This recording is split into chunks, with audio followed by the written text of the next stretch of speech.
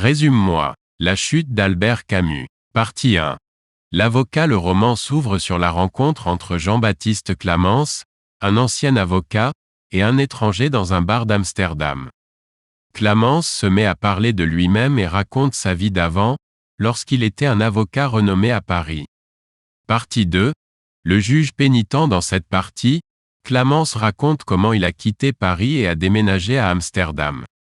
Il se présente comme un juge pénitent, qui juge les autres et se juge lui-même.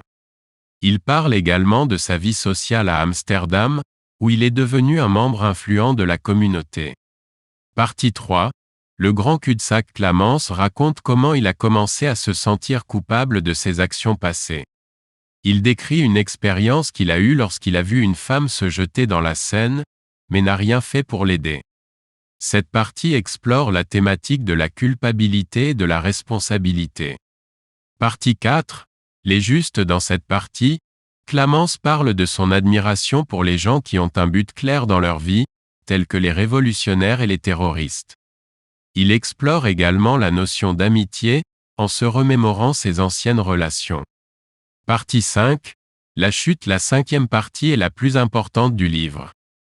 Clamence raconte comment il a chuté de son piédestal, devenant lui-même un criminel.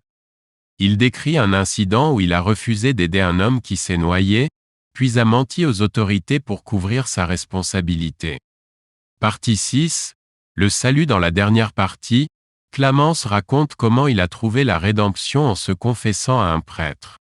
Il admet sa culpabilité et accepte sa punition. Le roman se termine avec Clamence appelant les autres à accepter leur propre culpabilité et à se juger eux-mêmes.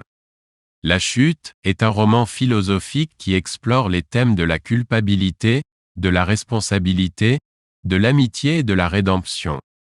Les monologues de Clamence révèlent sa personnalité complexe et son évolution, ainsi que les idées existentielles de Camus sur la condition humaine.